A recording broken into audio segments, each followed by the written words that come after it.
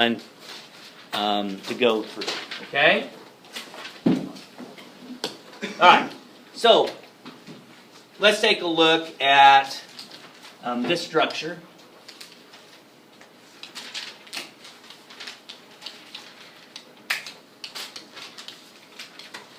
Okay, what type of shape does this form geometrically? Trigonal pyramidal. Right? So I'm going to rewrite it so that it kind of looks like that shape.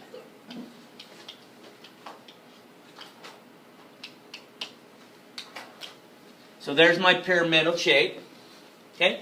Now what I'm going to do is just what I did before, is everywhere where I have a line that's a covalent bond, I'm going to show an arrow alongside that line to kind of show the polarity of it. So this one here, D, it's just, I have all of them are nitrogen and hydrogen bonds, and so it's got to point toward nitrogen because it has a higher electronegativity. So that's what I'm going to show. I'm going to go here, here, and here. Okay, so what's that tell me? Well, what I need to do is put these two concepts together, the shape and the polar bonds, to kind of see if this is a polar molecule or a nonpolar molecule. Okay, what's the difference? Okay, a polar molecule has one side slightly positive and another side slightly negative. That's what a polar bond is going to be. Or, I'm sorry, polar molecule. We got north and south pole. They're opposite. So, magnets. Magnets have a positive and negative assigned to it. Okay? Positive and negative. And they attract one another, magnetic properties. So we're going to see, does this have polar properties, this molecule? Kind of like magnets do, analogy. So everything, all these pairs are being highly attracted to nitrogen versus the hydrogens. So this side of the molecule, if we have that side of the molecule, and there's a three-dimensional shape. The top part of the molecule, what charge will it take on? Negative or positive? Negative. Because all the electrons are being shared closer to nitrogen than they are hydrogen. So this side of the molecule, that region up there, is a negative. So then this region down below takes on what type of charge? Positive. Questions on that? Does that make sense to you? Everything points toward the negative side of the molecule, with the arrows. And the other side will have to be positive. So, if that's happening, okay, we've got another nitrogen down here. Same scenario, same exact situation. I'm not going to show the arrows on this one because I've already done it once. Okay? This side's slightly positive. I'm sorry, I messed that up. Negative. And this side's positive. If they're floating around, will they attract one another? Yes or no? Yes, they will, right? Okay, based upon how much of a difference in electronegativities they are, they'll attract one another. Okay, when they attract one another, that is a particular type of bond or intermolecular force we'll talk about later. So we'll come back to this slide. Okay, and I'm not going to explain what this dotted line means right now, but we know they attract one another. Okay, so I'll come back to this slide when we talk about particular forces of interaction between molecules and how that works. Any questions on that? Well, what if we have a situation where we have the same shape of molecule, okay? Same shape of molecule, but this one is pH.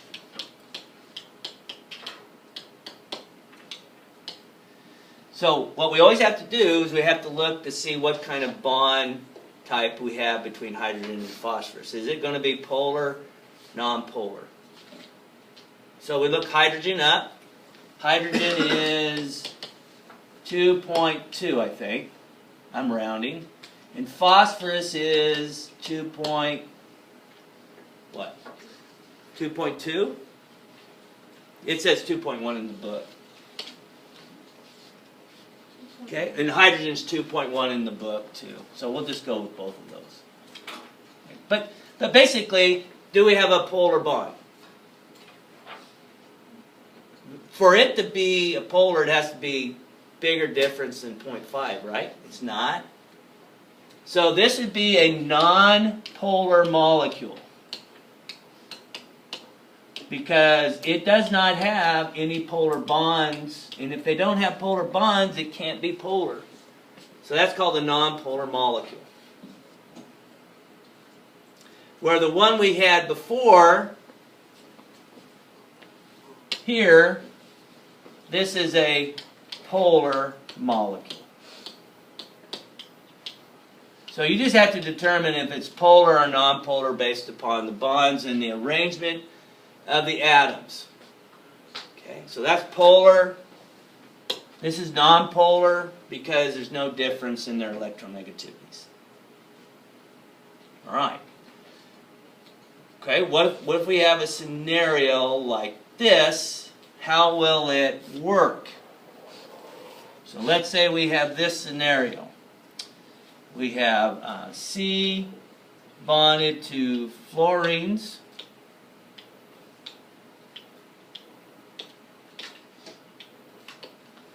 Okay. What kind of shape is that? Tetrahedral. Here's my tetrahedral shape. So I'll draw that out.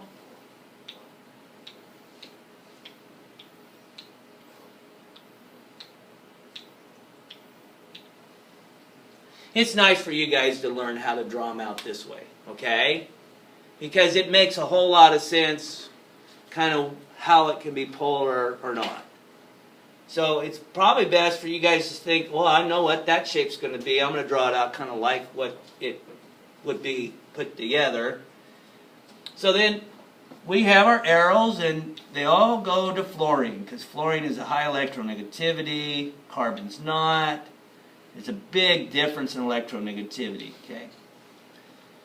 Now, with this one, you would think it would be polar molecule, because we got polar bonds. But not every time you have polar bonds, you've got a polar molecule.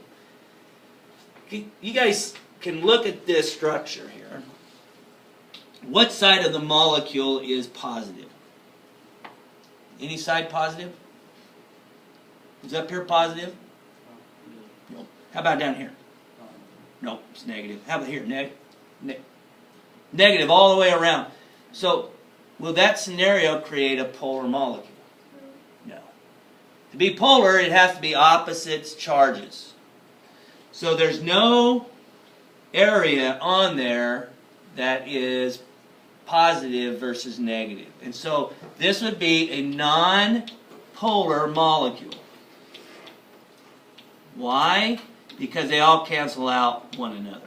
If they all cancel out one another, because they're a symmetrical shape, and they're all pulling in opposite directions, then that would be a situation where it would be a nonpolar molecule. Make sense? So if you draw something out and all the arrows are going in opposite directions, directly opposite of one another in all different directions, then that would be the case. So that would be nonpolar. Okay, so what we went through is we draw the shape correctly, we show our arrows if they're polar. If they're nonpolar, we don't show them, and then from that we can tell if it's a nonpolar or polar molecule. Got it? So then on your assignment, you'll have to do some of that stuff. You'll have to draw them out, kind of figure out what the shape is, draw your lines, and then from that you can go ahead and see if it's polar or nonpolar. So we've done all of that, except this is kind of putting things together right now. Any questions you have? All right. So why do we care if they're polar or nonpolar? Well, there's properties associated with these compounds, like boiling points and melting points, and ways in which they evaporate quick or not at all. They all kind of go back to, one of the things they'll go back to is if they're polar or nonpolar.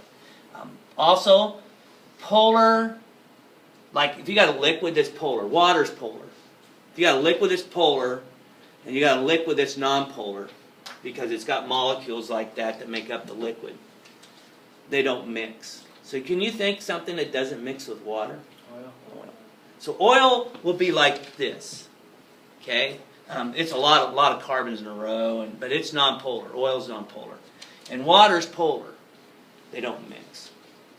Only polar substances will dissolve other polar substances.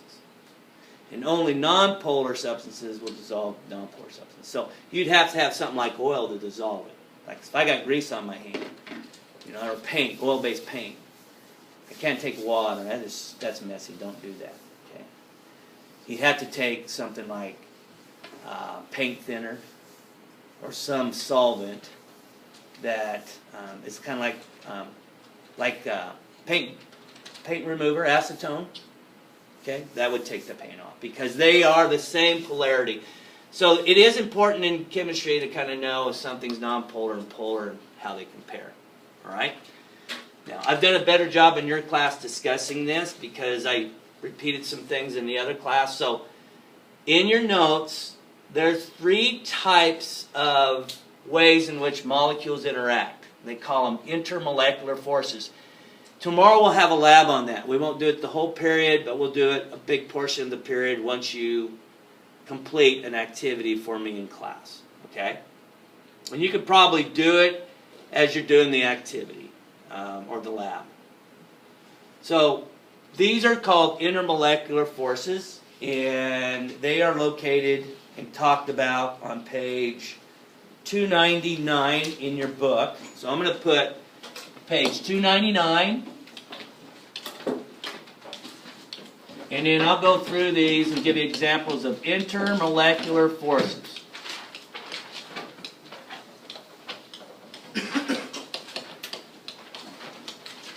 All right, intermolecular forces.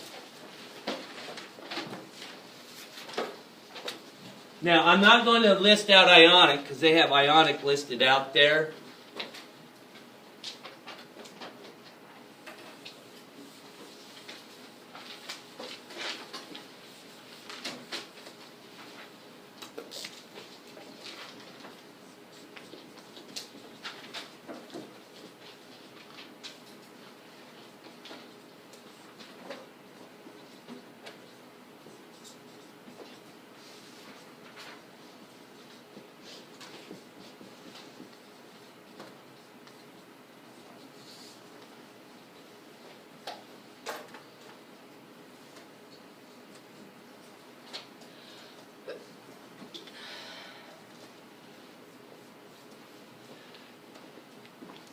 So what are the ones they have listed?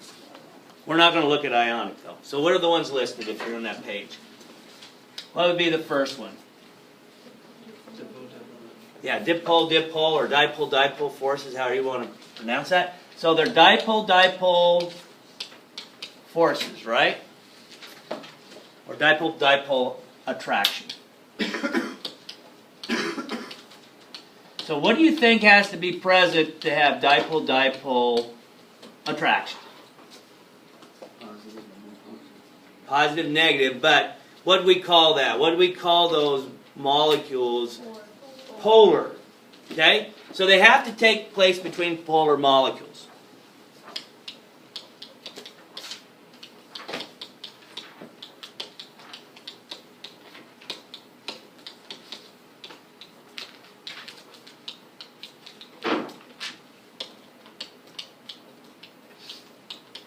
So they have to be polar. Does that make sense? That you have to have molecules, when you draw them out, you would say, oh, that's a polar molecule. I get it. Okay, it's polar. So that's going to be something that you're going to take a look at, and you're going to have that attractive force associated with that. Okay, so that would be an example like this. If we have H bonded to chlorine, and we would show our arrow toward chlorine, like that. And then we'd have another H bonded to chlorine, and we'd have an arrow facing that way. So these two attract one another to a certain extent. So there's different degrees of dipole-dipole interaction. If there's a bigger difference between the hydrogen and the one it's bonded to, or the two elements, there's a bigger difference, there's a greater polar attraction. So this would be the dipole-dipole attraction right here.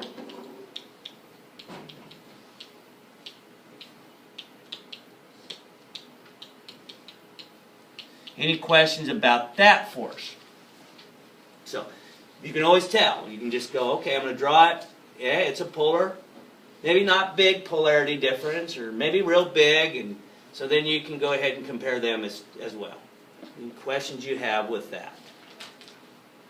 Okay, what's the next one? So hydrogen bonding. So we got this thing called hydrogen bonding. So if you read through that and look at it,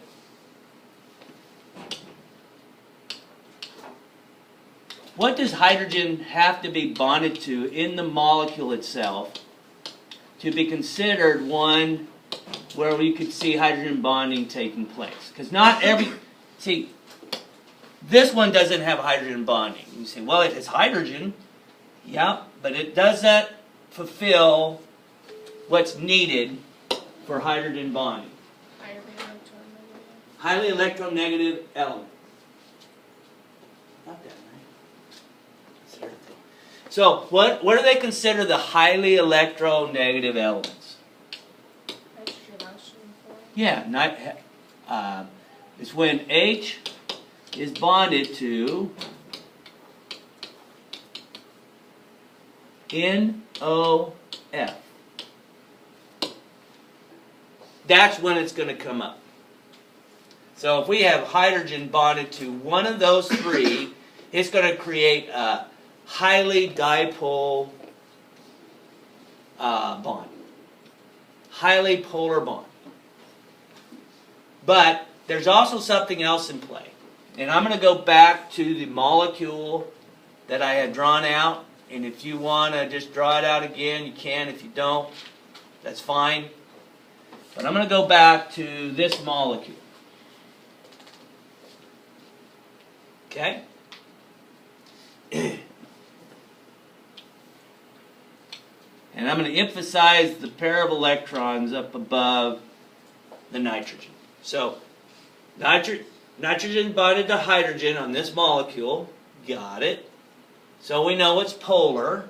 Got it. So that's dipole-dipole interaction. But it also has this hydrogen. And what it's looking at is what on this molecule here? So hydrogen's looking at the whole molecule and being attracted to the negative side, but it's also attracted to what? This lone pair of electrons. So, right, I'm going to give you another example that's a little easier to see. If you've drawn that out, fine. If not, you can draw this example out. But see, it's drawn toward that unshared pair of electrons. Okay, so a really easy one to look at is water. Water is hydrogen bonding, because hydrogen is bonded to oxygen. So, when we show this, it's dipole-dipole interaction, but it also is attracted to the unshared pair. And that would be your hydrogen bonding.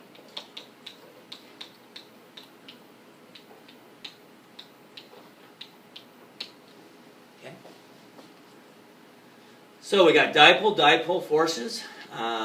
We have hydrogen bonding. Pretty easy to tell. The last one everything has is called dispersion forces. I call them London dispersion forces, after the gentleman that kind of developed the idea of what they were and how they work. So that's the last one we're going to write down. It's called London dispersion forces. And what's created is a temporary dipole. These are weak. These are the weaker of the three. This is number one. If you have hydrogen bonding, that's the number one thing that holds molecules together. Number 2 is dipole-dipole, depending upon the polarity.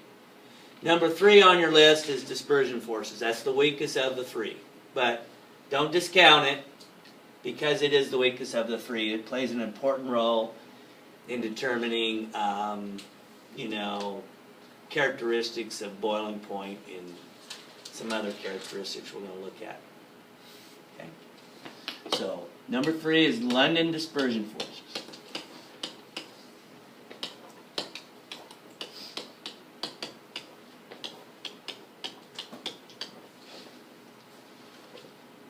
Okay?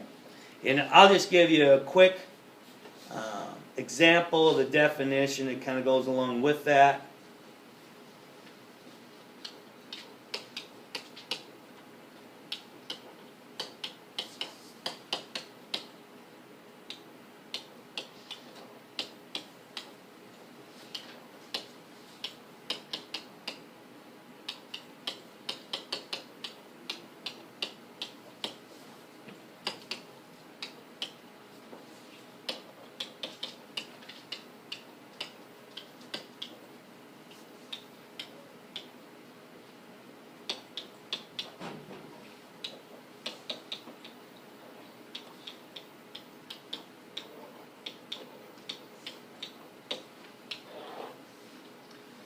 So we have a temporary dipole. So formed by the unequal distribution of electrons in an atom or molecule by a temporary dipole. So basically, these are hard to kind of show, but I'll show the nucleus. So this is where the protons are at. And then we have electrons, maybe distributed unequally on one side versus the other. What happens is if we got another atom that comes in that has a distribution evenly around, let's say we have an even distribution around, if they come in proximity to this atom that has unequal distribution of particles, what's it going to look like when it comes close to it? What's going to happen to these electrons here? What do we know about electrons? They repel one another, right? Mm-hmm. So as it comes this way, what's this going to look like in relationship to the other atom? Where are the electrons going to be located? On the right hand side or the left hand side? Over here? Well, they repel one another, right? So they would not line up right next to them, but they would line up where? To the other side. Does that make sense? So if they're lined up on the other side, does that create a dipole? This side's going to be, of this atom is going to be slightly positive, and that side's going to be negative. And that's what they're trying to show on 299. Does that make sense? They're going to kind of show that on 299. And then that's what creates your attraction when you get your dotted line between the two. Okay, I didn't leave you a lot of time to work on an assignment. The assignment's due on Monday. And the assignment's evens. Now, who's going to be gone Monday? So 1, 2, 3, 4, 5, 6. Okay? So, if you can, to get this out of the way,